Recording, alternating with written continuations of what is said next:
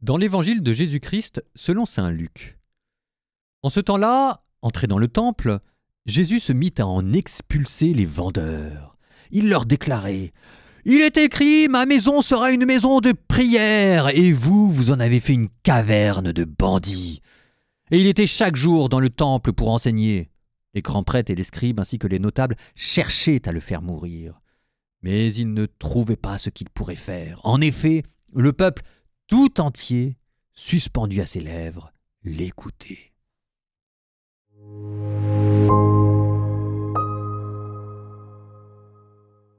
Alors ça, c'est ce que j'ai découvert dans mon podcast La Bible en un an. Je vous refais ma petite pub, mais quand même, moi, je suis assez fier de ce que j'ai fait, donc je ne vais pas m'embêter, allez l'écouter. Mais en commentant Jérémie, en commentant la purification du temple, parce que là, la citation, c'est du Jérémie, je me suis aperçu d'une chose, c'est que là où les marchands s'étaient installés, c'était dans le parvis des gentils.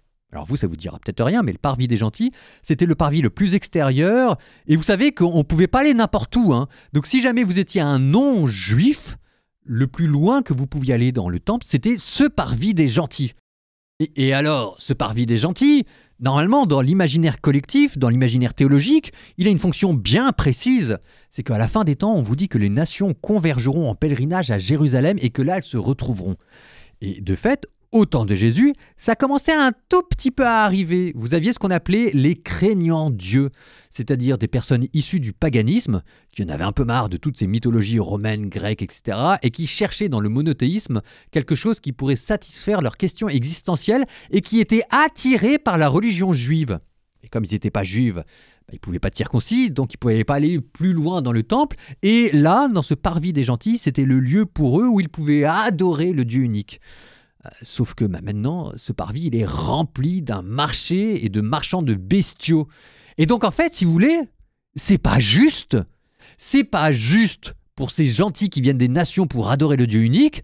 Et puis surtout, si vous m'excusez, ça la fout un peu mal d'avoir comme devanture à montrer à ce peuple entier qui est en train de se convertir le spectacle désolant d'activités lucratives. Et c'est pour ça aussi que Jésus pète un câble.